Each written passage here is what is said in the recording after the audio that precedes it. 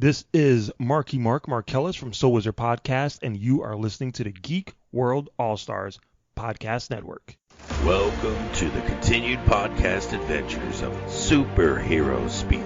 But I think many of the people that love this character and that love superheroes in general have used these stories as inspiration to say, you know what, I'm going to do something good in the world. I'm going to make a difference like my hero when I was a kid. That is my fondest memory of it, because when you're doing comic books, you want them to affect people, right? You want people to care. You want to strike emotions, and I knew that Clone Saga was striking a lot of emotions. Can you imagine Pulp Fiction starring Goofy and Mickey Mouse? I can totally imagine that. I'm sure somebody's written that one too. Quarter pounder with cheese in France, Mickey? What?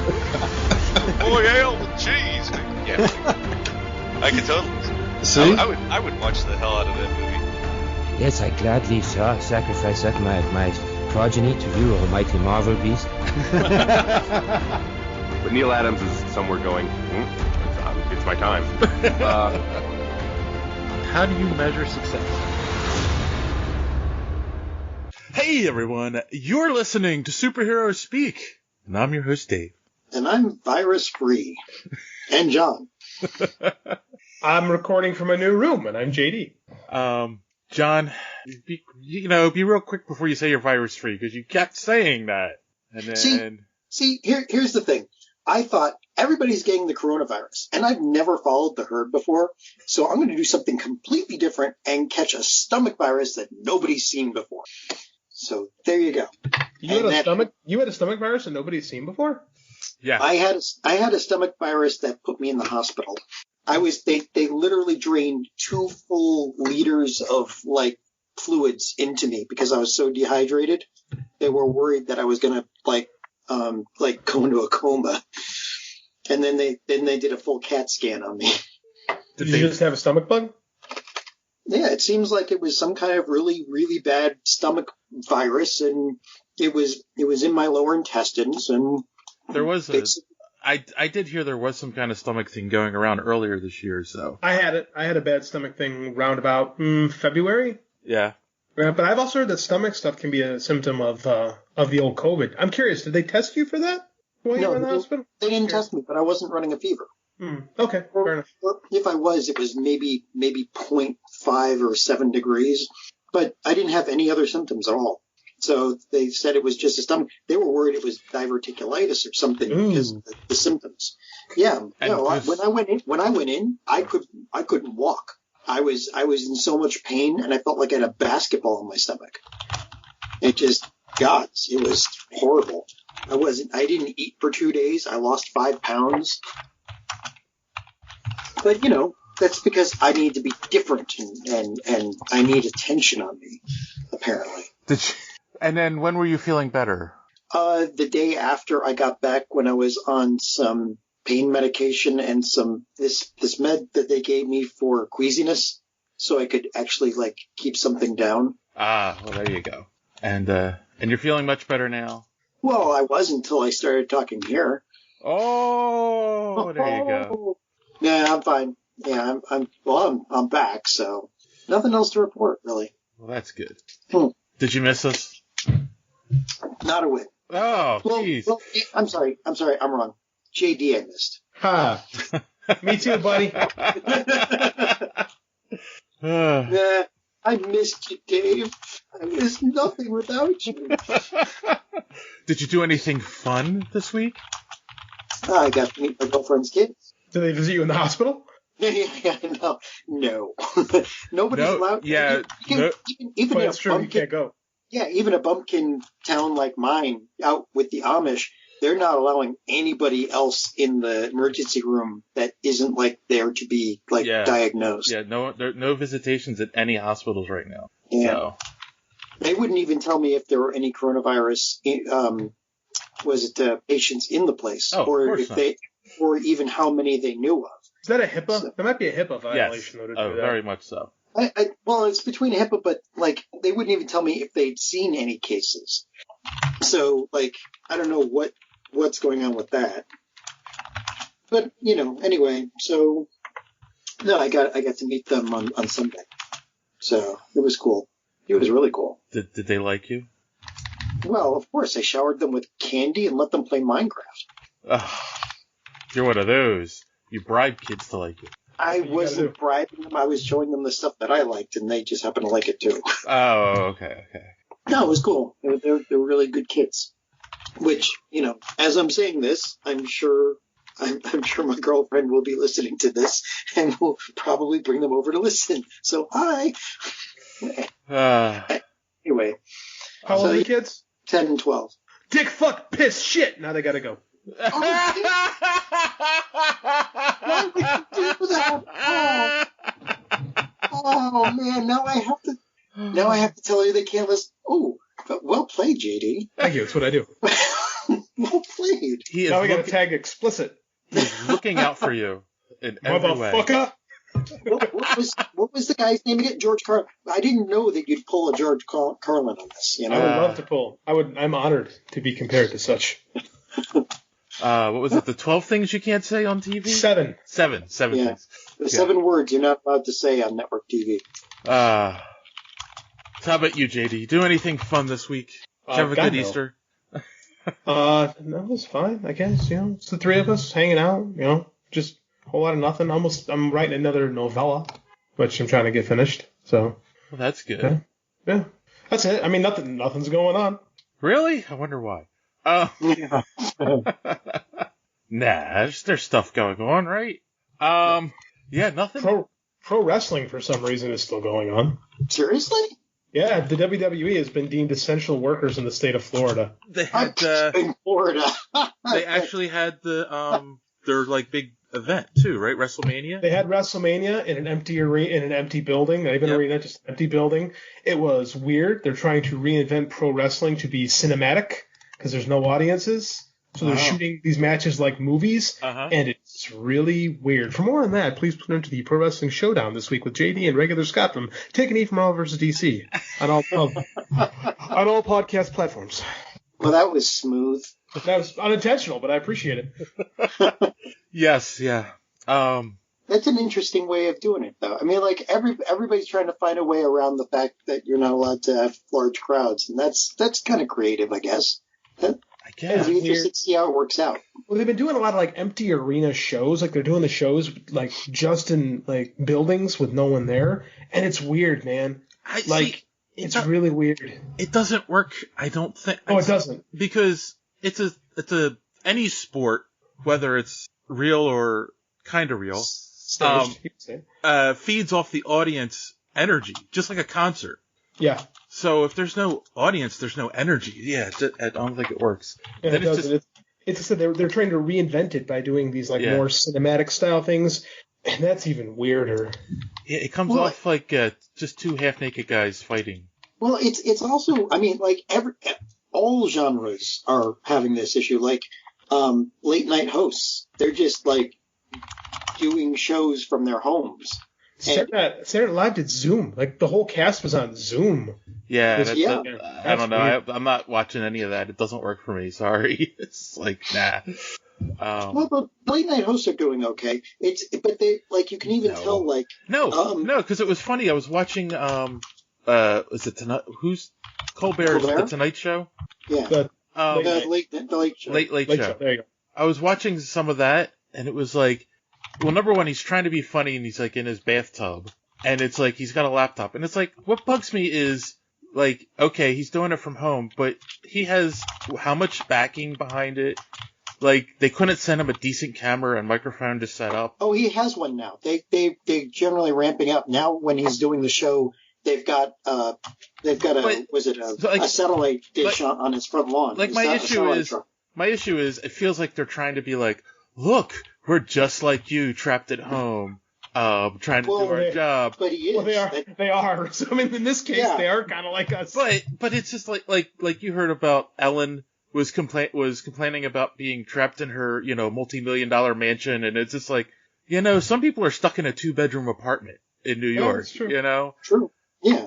So. Well, yeah. I'm not saying they don't have it easier. It's just that, but they are to the point where Colbert was doing a show and he was introducing his dog, and his dog went over and yanked one of the cables and knocked one of the cameras over. So that's awesome. Yeah, I know, right? So being in minimum security prison is still being in prison. Yeah. But I thought it was funny that like some of them are even like modifying how they do jokes. Like John Oliver is used to using pregnant pauses to get the laughter from the because that's part of his skit. But now he's not pausing anymore because there is no audience to laugh. Exactly. And it's making his stand up much smoother now. It does throw off your timing.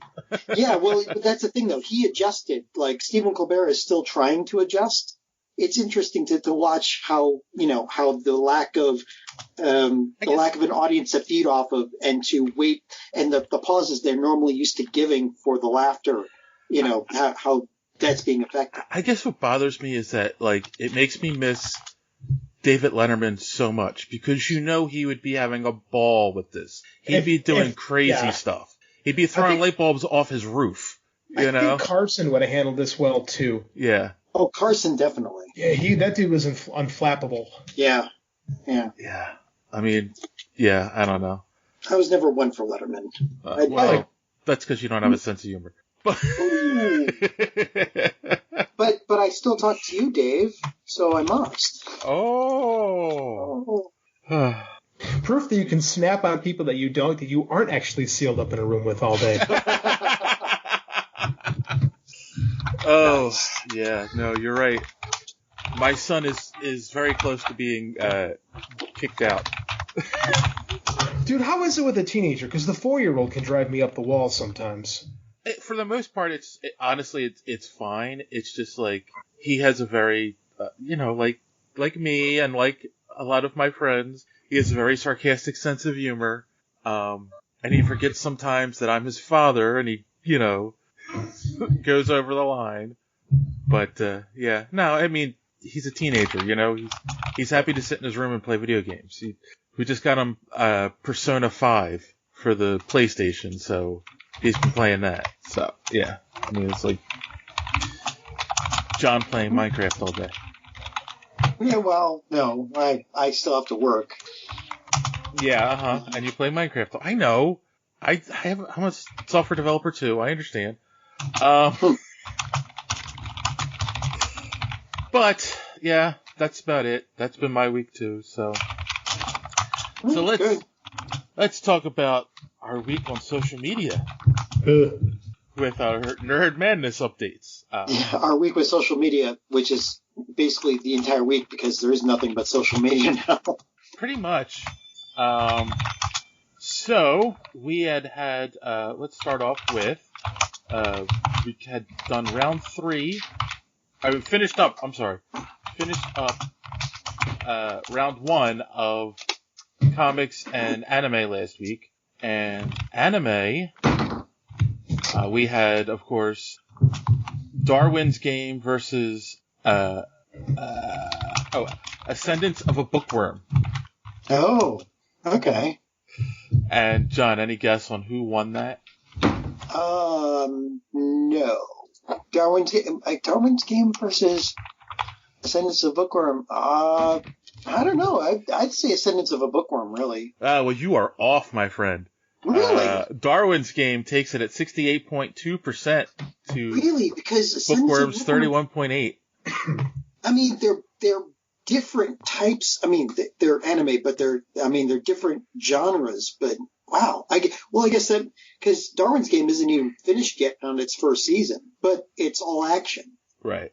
That's kind of sad actually, because which means it'll be. The Booker was good. Round 2 will be Demon Slayer versus Inspector and Castlevania versus Darwin's Game, and then comics. Final round 1 matchup was Conan the Barbarian versus Power of X. Guys, we have any guesses on that? Conan, right? Oh yeah, surprising. 67.3 to 32.7%. Wow, I was shocked by that one. D Square actually did respond with a GIF of John Lovitz looking shocked, saying, "I thought this would be closer with Power of X having the advantage." Apparently not. That's what we call them, upsets. Yes. Gorilla Brain Podcast said, we here at the Gorilla Brain Podcast do not, and I repeat, do not support any work of Hickman at Marvel. Wow. So. Wow. Yes. And we got quite a few votes on that one too. So it's interesting that, it just shows that maybe it was a vote against Hickman. I don't know. I don't know why people have against him, but yeah, that's that. Which leaves House of X versus Blade Runner 2019 and Batman Damned versus Conan the Barbarian for round 2. Interesting. We did kick off round 2 of movies with Joker versus Avengers Endgame. I was worried about this one. Were you? At first, yeah. I was too. There's a lot of people said how much they liked Joker. Yes, sociopaths. We got a lot of votes on this one, and Endgame takes it at 75.1% to Joker's 24.9%. 'Twas an ass whooping at the end of the day. Random Randy Savage of the Cult 45 podcast said, yeah, Joker was good, but 10 years of holding your nut for one whispered assemble, paint in the garage, with a very disturbing SpongeBob SquarePants gift. I need to step away for a moment. That was a little much for me. Okay. Was he being serious, John? I have no idea. The Gorilla Brain podcast gave us a gif of Avengers Assemble. Joey from So Wizard said Joker was whack. All right, yeah, he did whack a whole bunch of people in the movie, so all right. Ryan said Joker was highly overrated. Good film, but not all it was cracked up to be. And the Batsy twins, I'm sorry.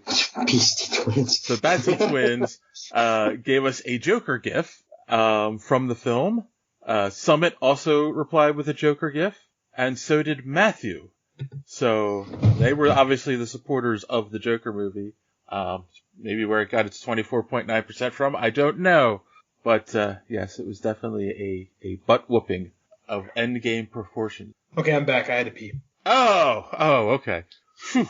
Thank you for sharing. I thought you were highly disturbed by SpongeBob. I was, but it seemed like a perfect opportunity to, pee.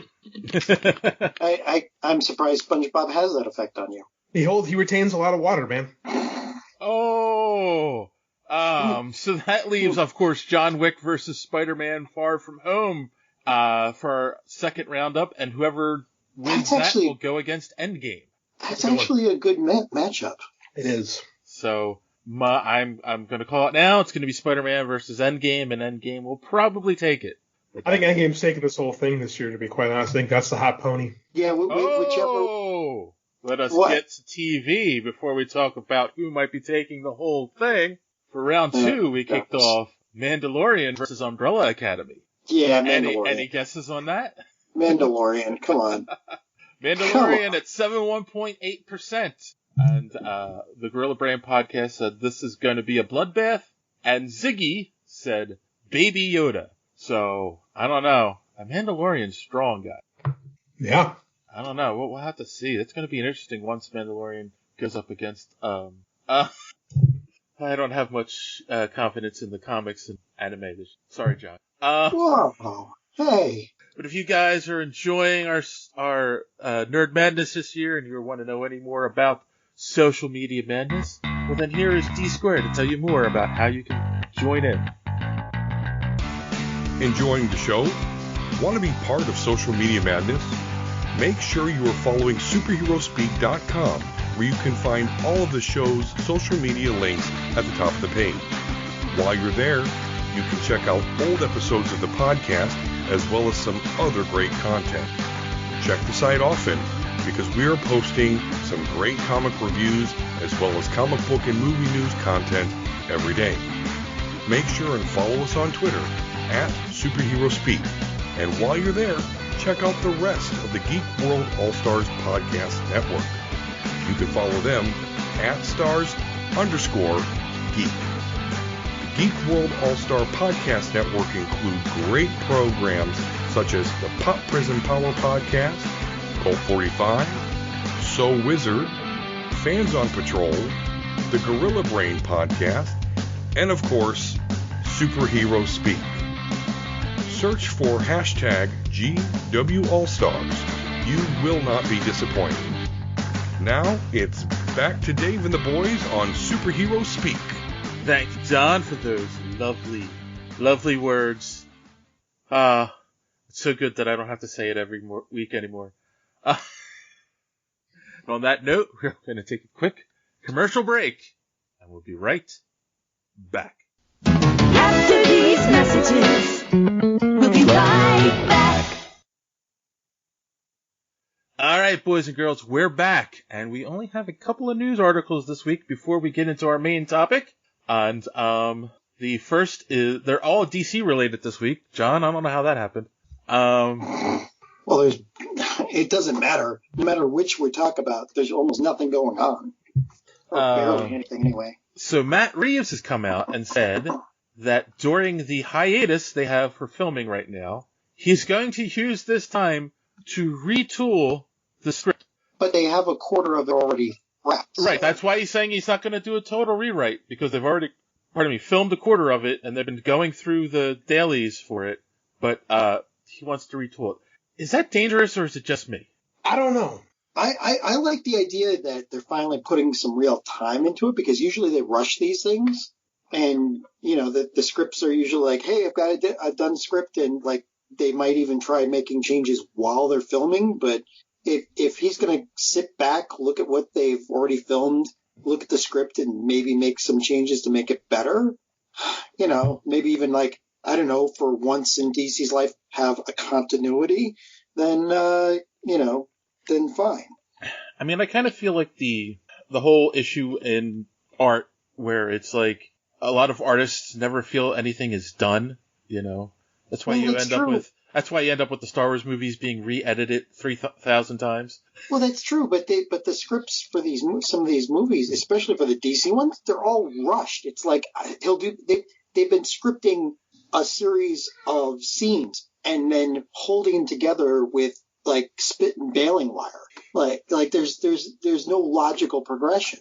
So, you know, if he maybe takes the time and fixes that in this one finally, then sure. Okay. I mean, I get what you're saying, and I don't have an issue with fixing potential issues, but sometimes people see issues that aren't there. And it's not like you can film any of it for, you know, a test audience at this point either. True, but I know, and I don't know. Art isn't made by committee, right, JD? Nope. Yeah. Not art, but most film isn't, like, corporate film isn't art. That's like McDonald's cheeseburgers. Like, sometimes they're pretty good. Right. Yeah. Only when you're starved. Yeah, I can't eat them. So. And I have to think that anyone who is working on any kind of superhero movie at this point, definitely feels the pressure they have to, you know, especially at Warner Brothers and DC, because a lot of their movies get panned horribly, especially by fans. Well, because. Well, I'm just saying, I'm hoping that doesn't. I'm hoping it's not because he's scared and all of a sudden he, like, throws in a bunch of stuff that doesn't make sense. I don't know. Well, see, that would be like, you can go too far with that, but it depends on the writer and whatever. I don't know. We'll just have to see, but it would be nice to see what a script looks like that's actually had some tender loving care and some thought put into it, rather than just, hey, we could make this cool and this cool and this cool. How are we going to relate them together? Right. Same background? You know, I don't. Martha? Yeah, it's Martha. Oh, God. All right. Well, we'll see. I mean, hopefully it doesn't hurt it too much. Though, I guess on a positive spin, the pandemic has been confirmed is not, I repeat, not affecting the Suicide Squad's schedule at all. How? Because they had finished their thing, and it has been going through the FX process now, and since most special effects are done on computer nowadays, that's like at home on a computer. So I was going to say, though, isn't it apropos that a movie named Suicide Squad is not being affected by a pandemic? Oh, God. Ouch. But here's the problem. Even if it gets done on time, you know, I mean, I guess it's supposed to come out next year, so it should be fine, but, Well, it depends. I mean, it's not like you can show the trailer in the theaters. True. Yeah. Well, depending on when it's a release date, because until there's a vaccine for this thing, people aren't going to be wanting to pack theaters. They might not even be allowed to pack theaters even this time next year unless there's a vaccine. Well, I don't know about that, but summer 2021 is the release, so we'll have to see. No month, just 2021. Well, the article I'm looking at just says summer 2021. Okay. Well, maybe by then. I mean, that's around the time we're supposed to start vaccines. So. I'm kind of wondering if things have been put up in the air anyway, because a lot of movies have shifted around at this point. So maybe they're not holding to release dates just yet. Okay. Well, yeah. I mean, we'll have to see. It's really hard for them to be figuring out what the timing is of anything at this point until like there's a vaccine, at which point they can start saying, okay, so it takes this long to inoculate this many people, and then they can start running the numbers on how many people will be going to the theaters, and then whether or not they should start releasing stuff, whether or not they'll make the money that they want to at the theaters. Yeah, well, I mean, I don't know. That stuff's all up in the air. We'll see what happens with that. Right. That's what I'm saying. It's up in the air until we know a timeline for a vaccine. Right. There's literally nothing anybody can do until then. Right. So, all right. And then there's a UK firm that's starting clinical trials on a test this week. Yes. Yeah.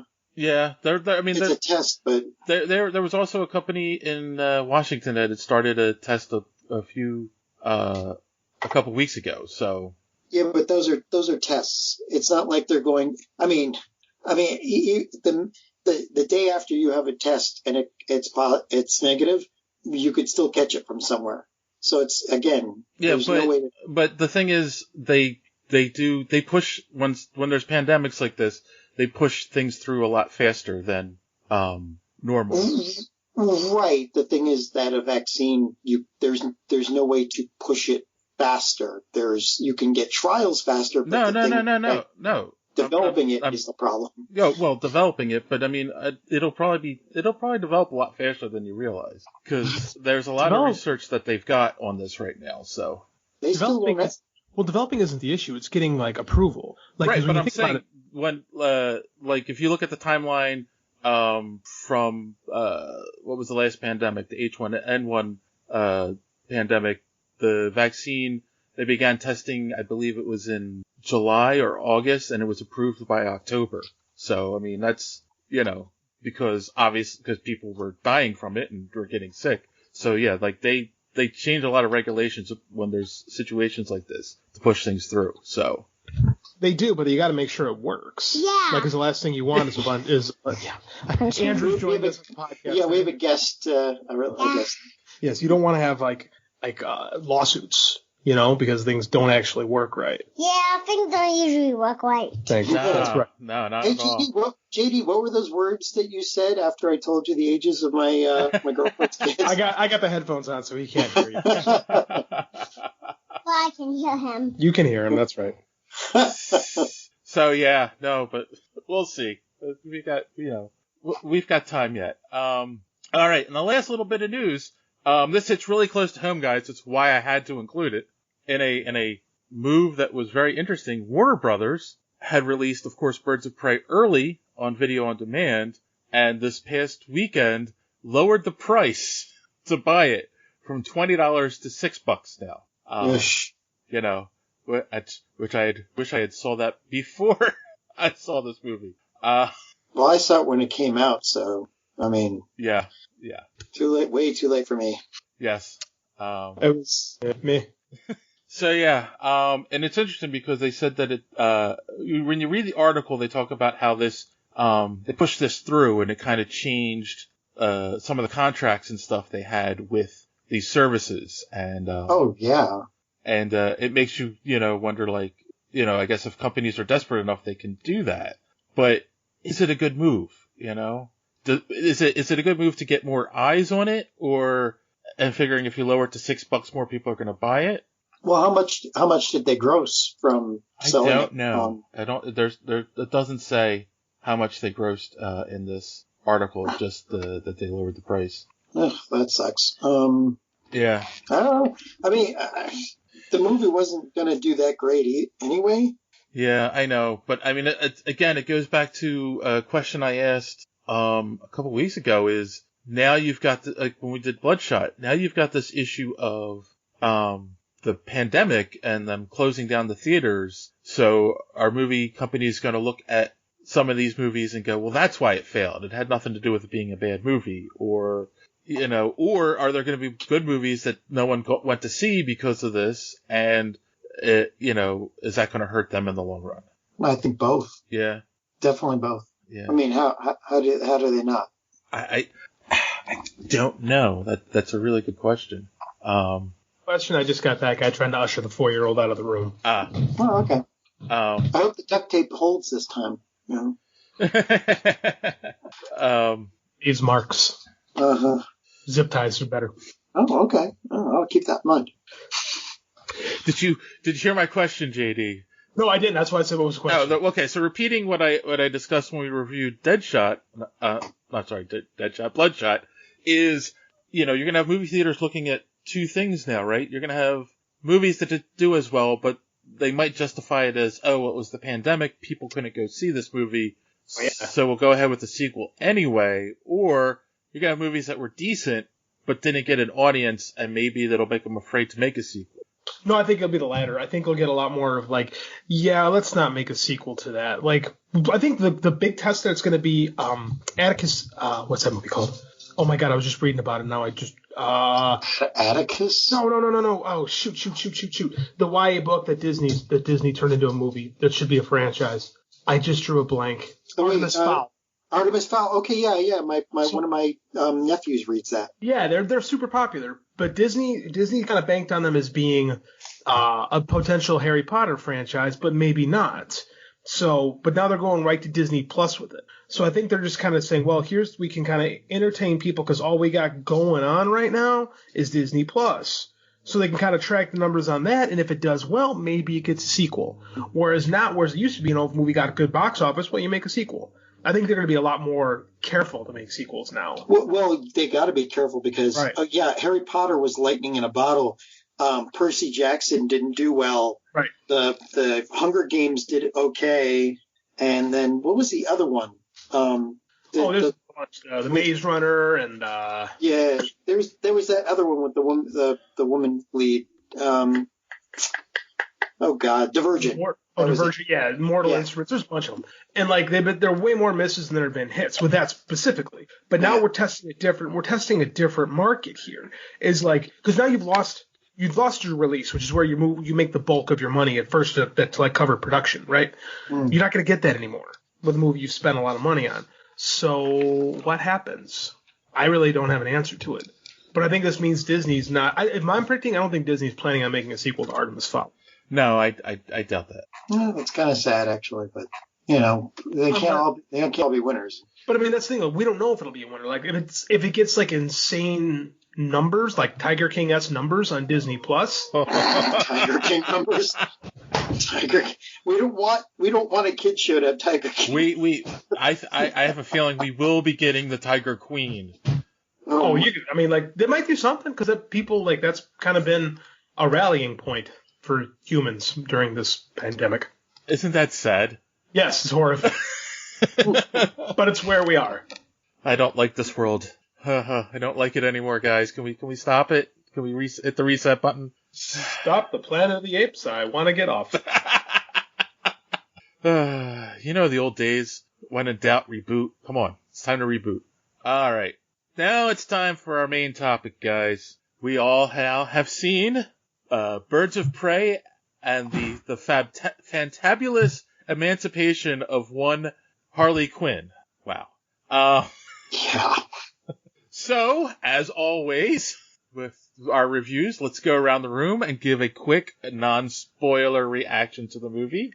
And we'll start from spoilers after that. Since JD, you are the most recent watcher of the movie, we'll start with you.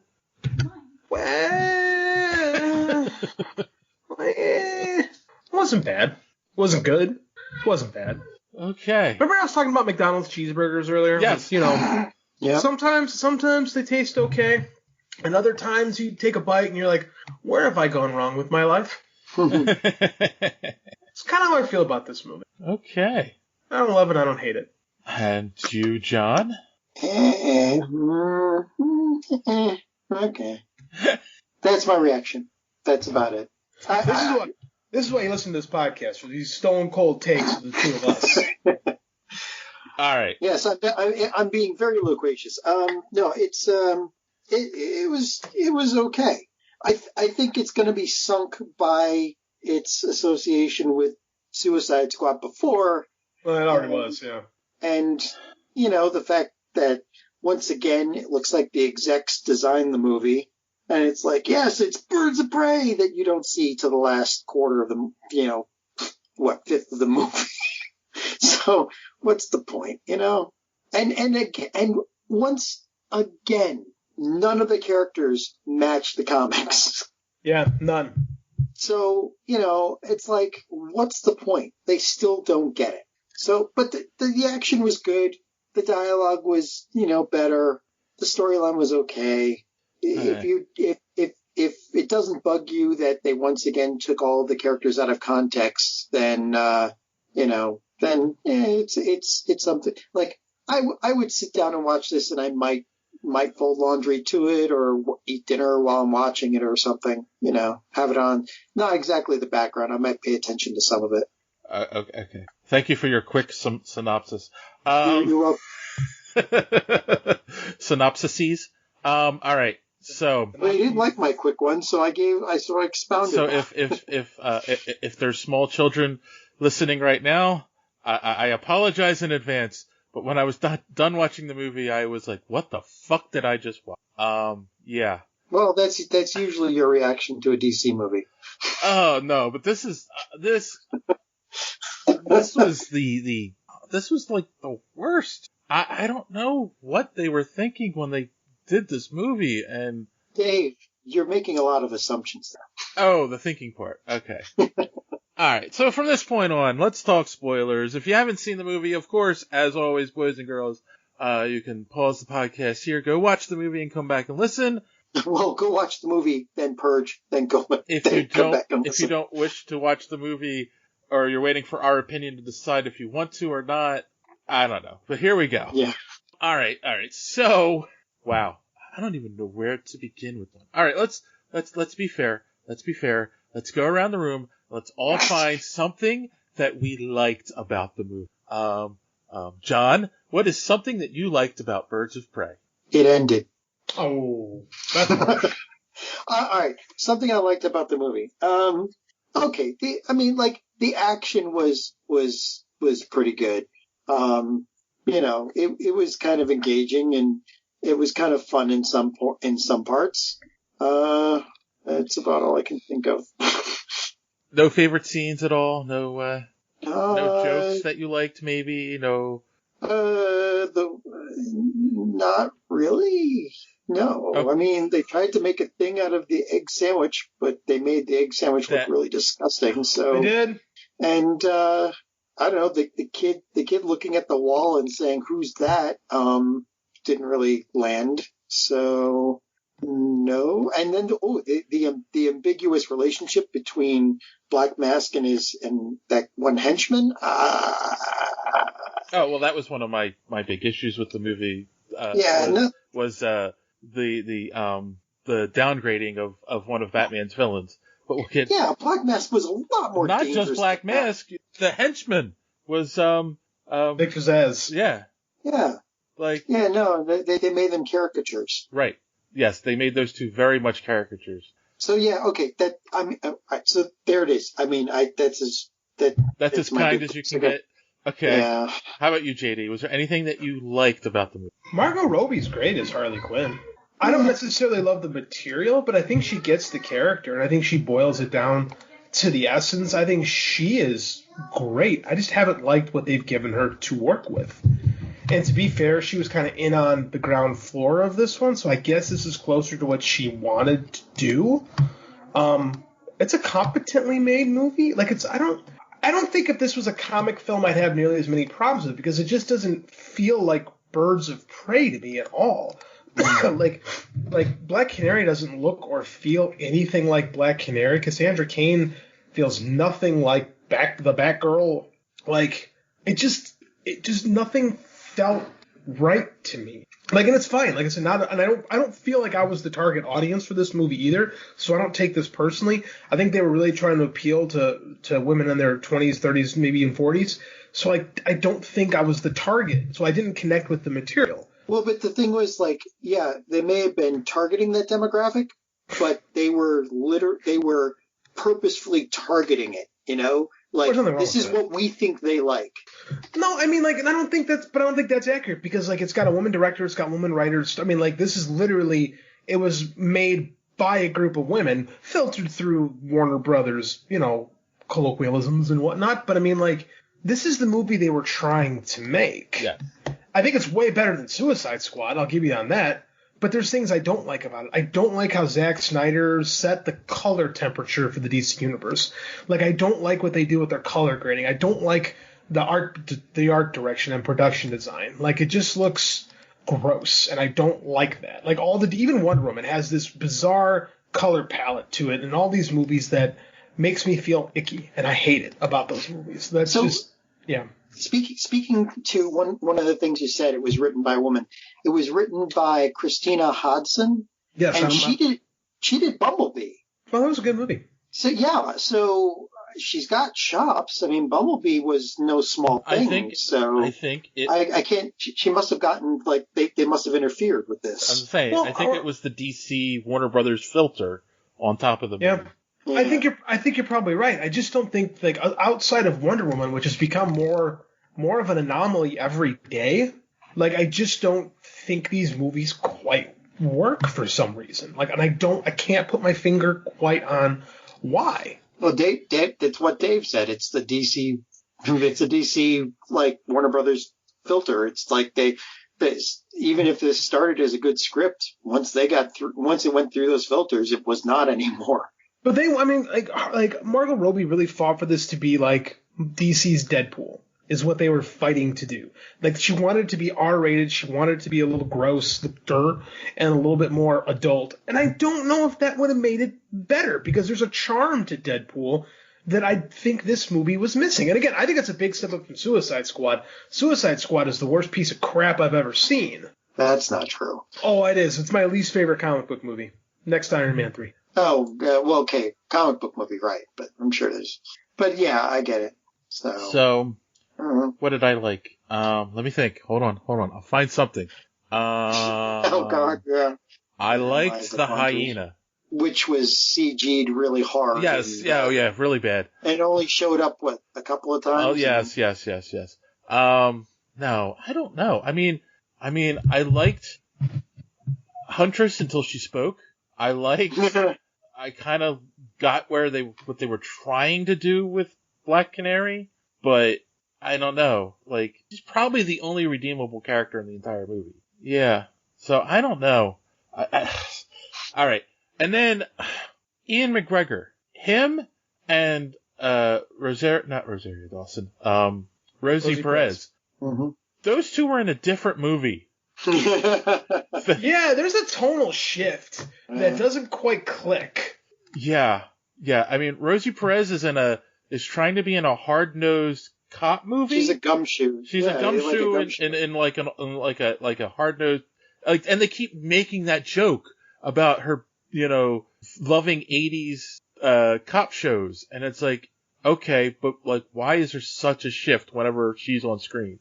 And again, Renee Montoya. That is not the character Renee Montoya. Not at all, yeah. Not even close. I mean, first off, she's not that old. Second off, she made detective. She's always portrayed as smart and was, you know, a backup for Batman at certain points. Like, you know, this was just sad. Yeah, no. It felt like they were trying to go for the rejects. No, it felt like, well, number one, no, the Expendables DC number one, edition. they were trying to give her a motivation to betray the badge, which was horrible, and I felt like they were trying to go for that, like, you know, misogyny is bad message and pushing it real hard, because, like, there were no other female cops, especially in the scene where she quits. It's all guys in the room when she walks out, and it was just like, right. But the real Renee Montoya, the way she's written, would have eaten all of them. Exactly. For lunch. Like, that's the whole thing, is like, no, she's like, show her as being a badass cop doing a good job, succeeding in a man's world, not, you know, oh, screw this, I'm gonna go be a crime fighter on my own. It didn't work for me. No, I agree. It seems like they keep trying to do their own DC keeps trying to do their own Guardians of the Galaxy, but they never quite find the heart that made Guardians of the Galaxy. Yeah, I mean, you hit the nail on the head too. It really feels like they were trying to, because there's this weird fan comparison of Harley Quinn to Deadpool, so it really felt like they were trying to make a Deadpool movie with Harley Quinn, but you can't do that. No, because she doesn't. Sorry about that. All right, well, we'll put an edit point in later. Edit point. Yes. So what were we saying? We were talking about Harley and Deadpool. Yes, and how there's been this push to make her the new Deadpool of the DC universe, but it's like, unless she's going to do the same humor throughout the movie and talk to the audience and make jokes directly to the audience, it doesn't work. But she's never been a character that's broken the fourth wall, so you can't really do that without, again, changing the character to something she's not. Right. And she was macking for the character in some of the scenes. Well, to be fair, narrating. In the Palmiotti Connor version of Harley Quinn, she does do that. She does break the fourth wall. You know, it's very Deadpool-esque. Right, and that's where a lot of that crossover love comes from. But if they're going to do it, then do it. Go for it. Don't back away from it.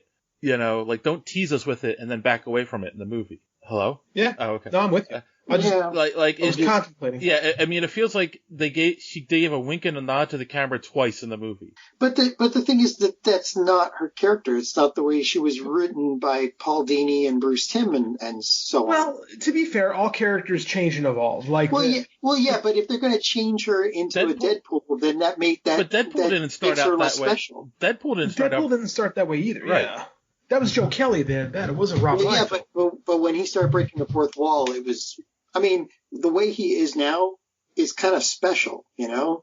It is. And if they try to change her to be that's not special. That's just copying. Well, I agree with you. Like, the character that, oh man, I forget who created Peter Quill. I think, was it Chris Claremont? I forget. Whoever created Peter Quill, that guy is not what Chris Pratt does. Right. Right? Yeah. And I'll even argue that the Tony Stark before Robert Downey Jr. was very different. So actors can put positive spins on characters and influence them for the better. And every character grows and changes and shifts and like, the Harley Quinn character is so different and has gone through so much than what Paul Dini created, 25, 30 years ago. So I think this one is a little bit more like the Jimmy Palmiotti, Amanda Connor one, but I don't think they went hard enough. Right. Steve Englehart.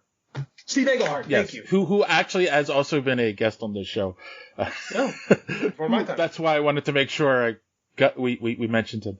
But yeah, I don't think they leaned hard enough into that. Like, if you're gonna try to do the fourth wall Deadpool, the Malcolm in the Middle thing, if you will, lean into it. I don't think they leaned into it enough. It didn't feel like they committed hard enough to it. Yes, exactly. Like, and that was the whole thing too. Like, the movie was so uneven, it didn't know what it wanted to be. Did it want to be a superhero movie? Did it want to be a comedy? Did it want to be an action movie, a hard-nosed cop movie, a mystery?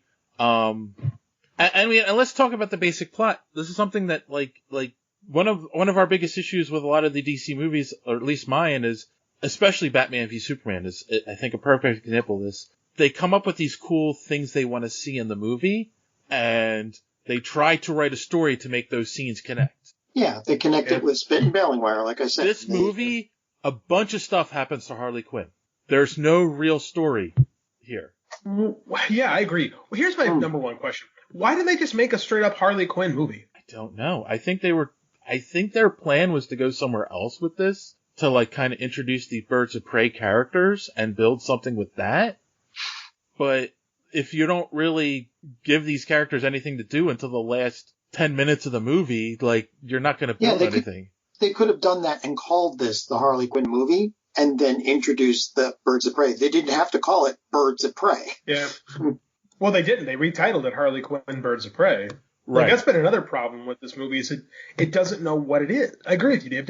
It doesn't know what it is. It has an idea of what it wants to be, but has a real hard time, like, establishing itself. You know, it tries to be all things to anyone who would watch it, and then it just falls.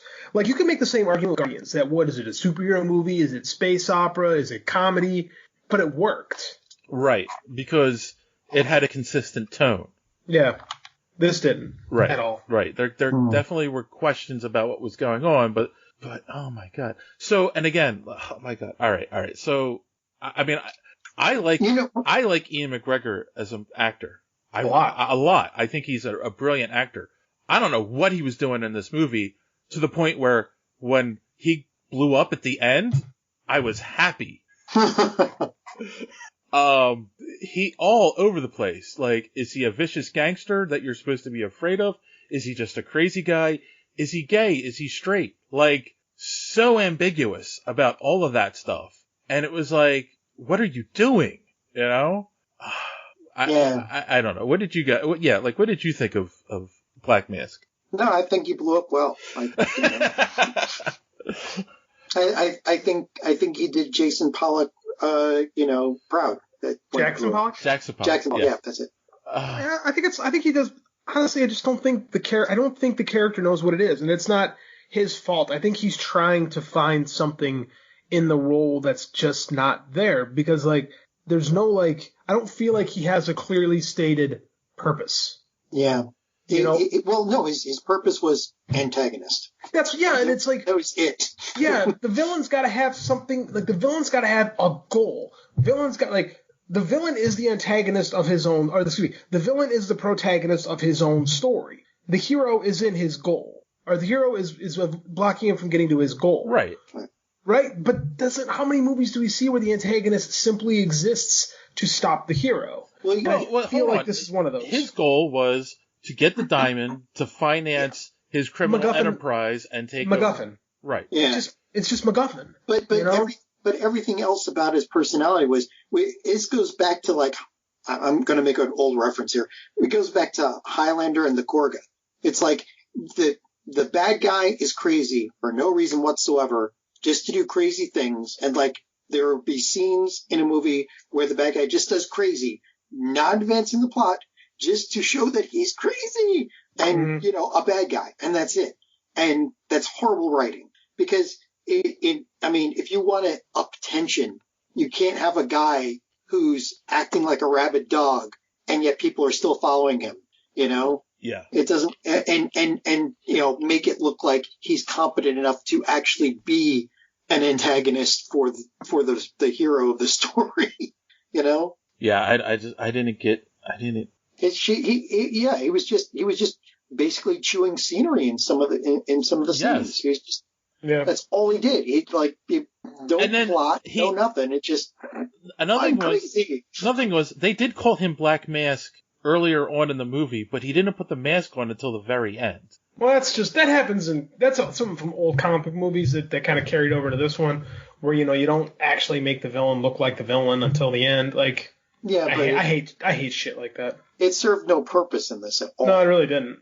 It didn't. Yeah, and then except that, he is the Black Mask. There's the mask. Yay! No, it was, and nobody was saying that. It was just like, And what was the whole thing with, like, he was like in when you first see him, and they've got that crime family caught, and he's cutting off their faces, and he like goes ew because of a snot bubble. Like it's a character trait he kind of threw in there, but then I didn't really see that materialize in the rest of the movie, like him being a germaphobe or not liking gross things. Like, no, it was crazy bad guy being crazy for no reason, because crazy equals antagonist. But it goes back to it just being inconsistent. It's so frustrating. And then of course you said JD, you liked Harley Quinn as... I do. I like Margot Robbie as Harley Quinn. Yeah. So I feel the same way I felt about it in Suicide Squad. I think she's the best thing. So the first issue, of course, we have to mention this in honor of our good friend Joey DiCarlo over at So Wizard Podcast. He has a point. You know, you have her in hot pants in Suicide Squad, and it's probably the best thing about Suicide Squad. And then you take her out of the hot pants and put her in mom jeans in this movie. Well, it's not okay. It's not for you, dude. Yeah. Yeah. No, I'm just kidding about that. But I mean, girls don't need to go to the theater and masturbate when they could very easily just sit home and watch YouPorn.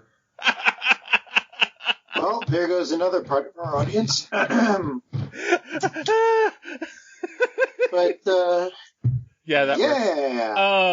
I hate that critique. I know. I'm teasing. I know, but you know how to get me. So, Yes.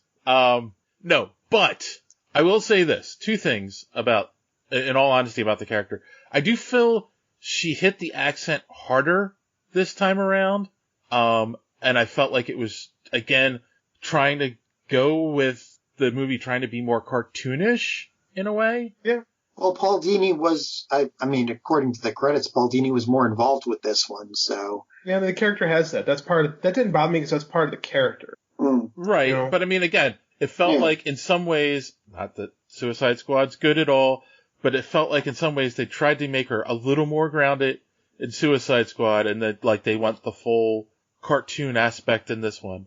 And then, I'm sorry, there was a little bit of inconsistency in the fact that she had no issue with feeding someone to a hyena, but she goes into a police station with a beanbag gun?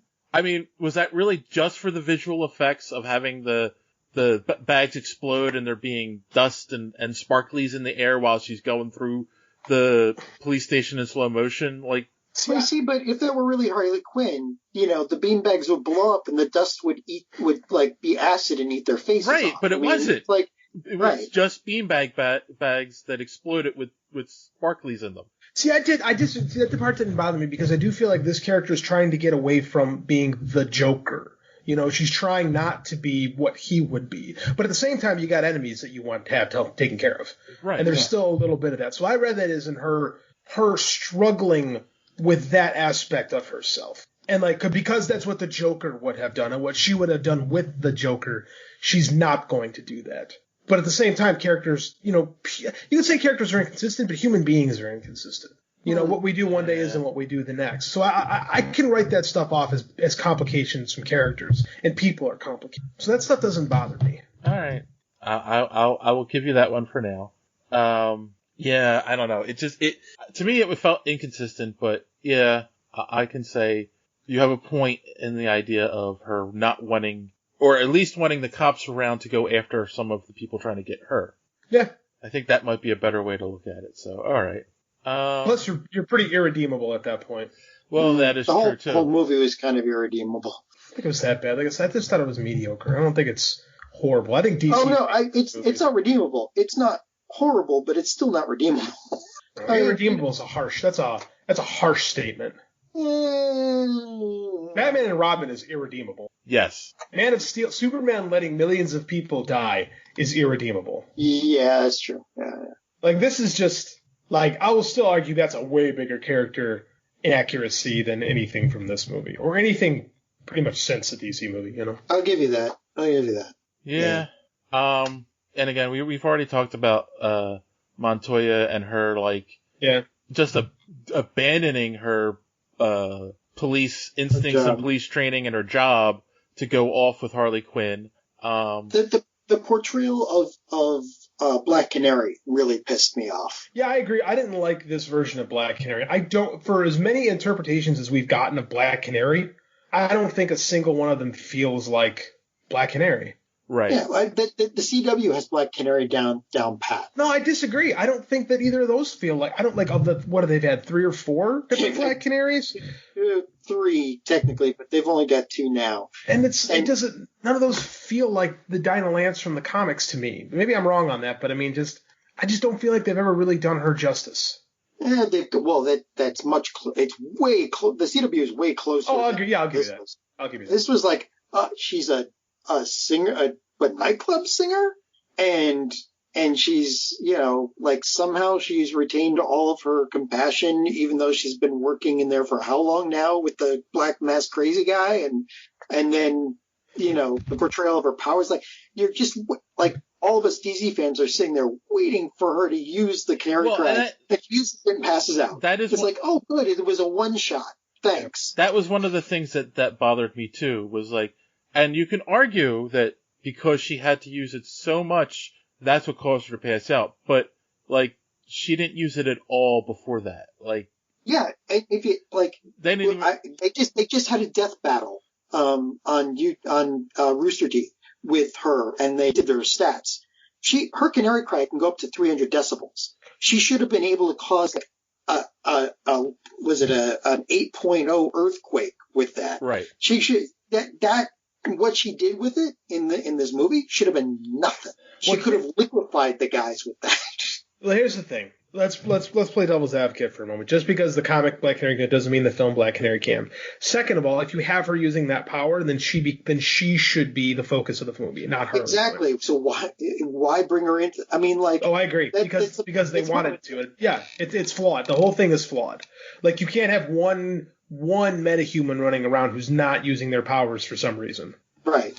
It's the old Superman problem. It's like, okay, well, everybody has to have kryptonite now because otherwise he just automatically beats most people. Can someone explain to me the impromptu costume change right before the big fight? Nope. Mixel's Pitlet? I don't know. I mean, that makes as much sense as everything else. I mean, it was, it's exactly what you said. It was the fight scene time. Yep. Yeah, I mean, that is another thing that really bothered me in this movie. Like, all of a sudden, and they tried to explain it away with Montoya getting shot and the old Harley Quinn bustier was bulletproof. Yeah. But just happened to be. But if she's a good cop, wouldn't she have had a bulletproof vest on before she went into that situation anyway? But she wasn't that good a cop, apparently. Apparently. Like, yeah, that was another one of those things that, like, really bothered me. Like, all of a sudden it's like, oh, girl's gotta have a costume change. Like, what? Yeah. I got nothing to say that's wrong, because it's just what that felt like. And then a funhouse fight, like. Yeah. Oh, don't forget how bad they portrayed, what's her name? The Huntress. Huntress should be utter badass. Yep. She's like one of the top 20 hand-to-hand fighters in the DC universe. Depending on what her origin is, she should have been kicking ass and taking names, and they played her like a complete rube. Yeah, no, I'll agree. I mean, their excuse was, well, we wanted to show what the personality of somebody would be like who'd only ever trained to kill people. That's not the personality you showed. You showed the personality of like an anime nerd person. Yeah, that's what I'm saying. None of these characters felt like their equivalents, and sometimes that works in movies where they change them a little bit and they put their own spin on it. Guardians being a great example, but this one just didn't. It just didn't work. And then, of course, one of the issues I've always had with DC movies, especially when they involve Batman characters, is taking a villain like Victor Zsasz and making him a henchman. A very poor henchman at that. Go ahead. Victor Zsasz is like a TV villain. Like, you could get an episode of a TV show out of him. He's never going to be a movie, like a major screen villain. So I didn't have a problem personally with that. I mean, it's like if they did that with the Tally Man, something like that. Like, Batman's got a lot of B or C level villains, and in my mind, they're all free for fodder. So that didn't bug me. Oh, I don't know. I've always liked the character. I didn't dislike him. This didn't bug me. If this was Scarecrow or something like that, then I'd feel you. Yeah. All right. Yeah, I don't know. And then I understand apparently they want to distance themselves with Jared Leto, but then you're going to make a movie about Harley Quinn and her breaking up with the Joker, and you're not going to show the Joker at all in the movie. It's weird. Like, it's very weird. Like even if you find a replacement for him and show him in the flashbacks instead of Jared Leto, like what? Like even scenes we knew he was in, they recut so you couldn't see him. Was he actually supposed to be in the movie at one point? I would imagine yes. I think he probably was originally in the movie. Oh, I don't know. Let's look to the internet. To the internet? Do they have the answers to all of our dreams? No, it's the internet. It's nightmares. It's all. I was going to say mostly nightmares. So he was not in the film. He was not, according to what's her face. He was not shot. He was never in the film. Well, but was he originally supposed to? But because the scenes showing the flashback from Ace Chemicals when she dives in and he pulls her up, like they're showing her body being picked up. We know that was in Suicide Squad. We know it was Jared Leto picking him up. So now they've re-edited that so you can't even see him at all picking her up. Well, there's a reason for that. You cannot do that. You cannot show a person without paying him. Mm-hmm. That's the Crispin Glover rule in filmmaking. True. So you can't do it. So if he's not in the movie, and from what I gather, he's still a salty dog about Joaquin Phoenix and that whole thing. So I don't think he would have even been in the movie if they wanted him to be. Yeah, I don't know. Oh God. I mean, do they even say Joker? I'm trying to think in the movie, or do they just kind of? No, they've said the Joker. They say Joker? Okay. A lot of times. Yeah. All right. Pretty sure. Yep. No, I'm absolutely sure because they definitely said Joker. All right. I'll give you that though. But yeah, I just I don't know how you do that. I don't know how you. It didn't bug me. I actually kind of like how they tap danced around it, to be honest with you, because there's nobody liked him as the Joker. True. And we got a Joker that more people preferred recently.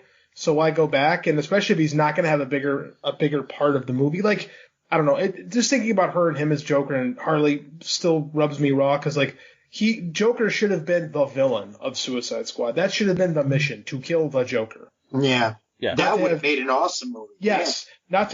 Not to have like another laser from the sky thing bullshit. Like blue laser gun. Yeah, it's so sick of that. Like that should have been the movie. Suicide Squad should have been a stripped down, simple, ugly, dirty movie where I have to kill the Joker. And that would have been Harley's character moment right there. Boom. But no. David Ayer sucks. Yep. So, yeah. Final impressions? I think we've beaten this to death. Like the Joker with a crowbar. Yeah. Oh. So JD, then you can go first. You can give us your final thoughts, a rating if you wish, and if you recommend it or not. I don't love this movie. But I also don't think it's for me. So I'm not going to go out and pan it big time because I have talked to people that do enjoy it. So, that this movie's for you, that's great. It wasn't for me, but I don't think the effort was bad. I do think it's a misfire, but I think that there are far greater DC movie sins. So I'll give it 2.5 minutes. Wow. Okay. Excuse me, not 2.5. 2.5 is way too generous. 2 minutes. 2 out of what? 2 minutes. 2 out of 4 minutes. Oh, okay. Not out of 10. Are we supposed to give it out of 10? Okay, in that case, 4.5 minutes out of 10. Okay. John? I was doing 4. I don't know why.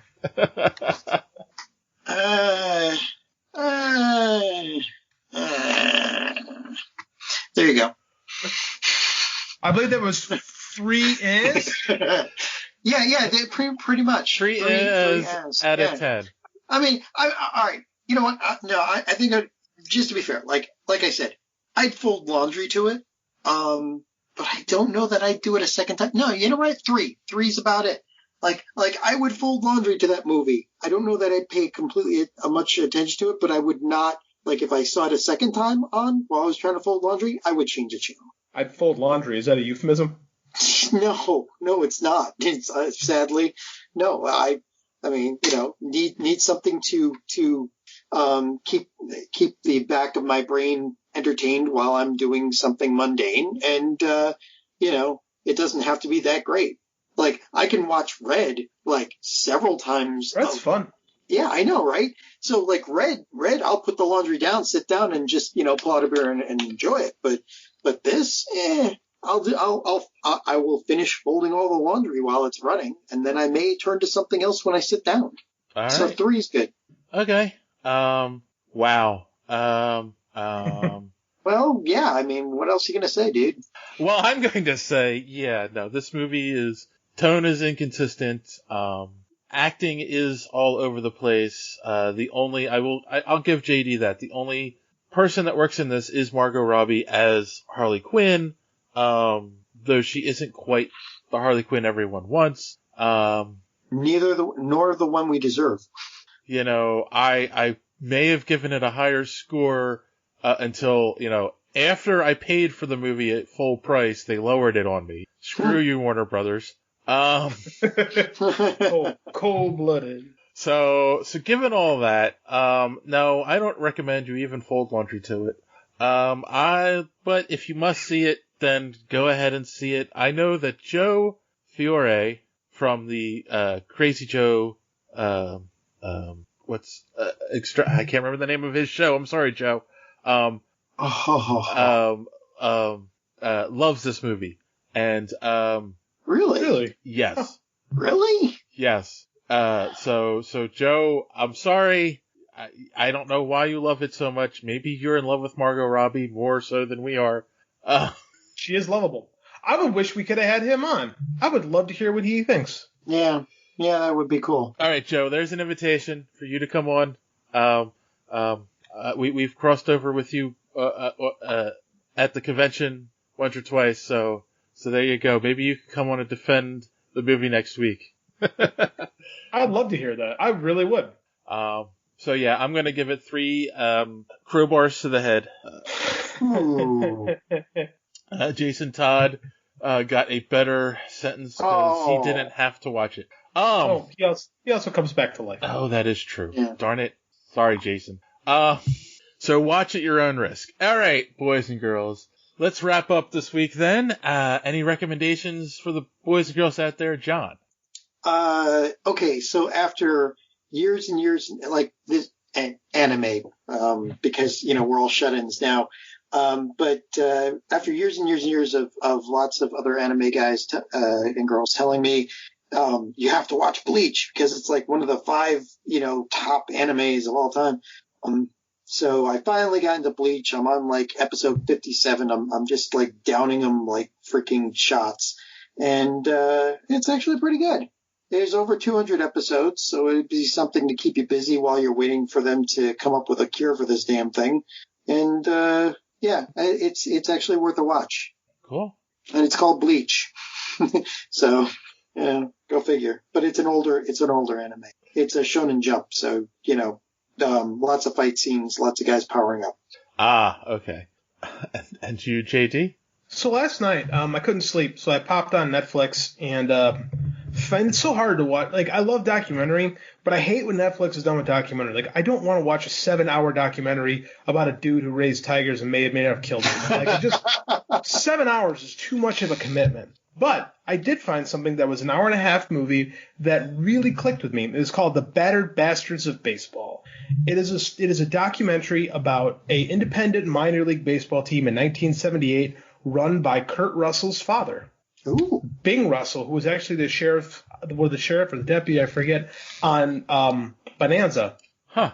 And he's a baseball nut and decided him and Kurt would open up a baseball franchise. And they did it totally independent. They weren't affiliated with any major league team. And they just took like the ruffians that couldn't wash in the major leagues. And it was fantastic.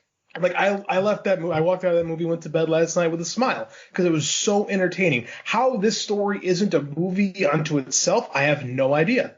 It's that good. The Battered Bastards of Baseball. So instead we got Tiger King, is what you're saying. Well, they're both on Netflix. I just didn't. Yeah. The foot is down. I'm not watching Tiger King. It depends on where they put their resources. That's the thing. They didn't spend. No, it depends on what they're. It's not the resources. It's what they're promoting. Right. Mm. All right. Well, I am going to thank you for that, JD. I am going to recommend Well, first I'm going to say thank you to Don for filling in last week for our good friend John. And if you haven't already, make sure you check out the D Squared podcast, available wherever podcasts are available. Thanks for filling in for me, man. Also, make sure you're checking out superheroespeak.com every week. We have 3 new comic book reviews from Don that are going up this week, so keep an eye out for those. Yeah, I haven't been doing much this week other than watching Community on Netflix, so I like the show, so if you haven't watched it, go watch it, because there's nothing else to do, people. There really isn't. And on that note, as always, thanks for listening, and don't let your cape get caught in the door. Have a good week.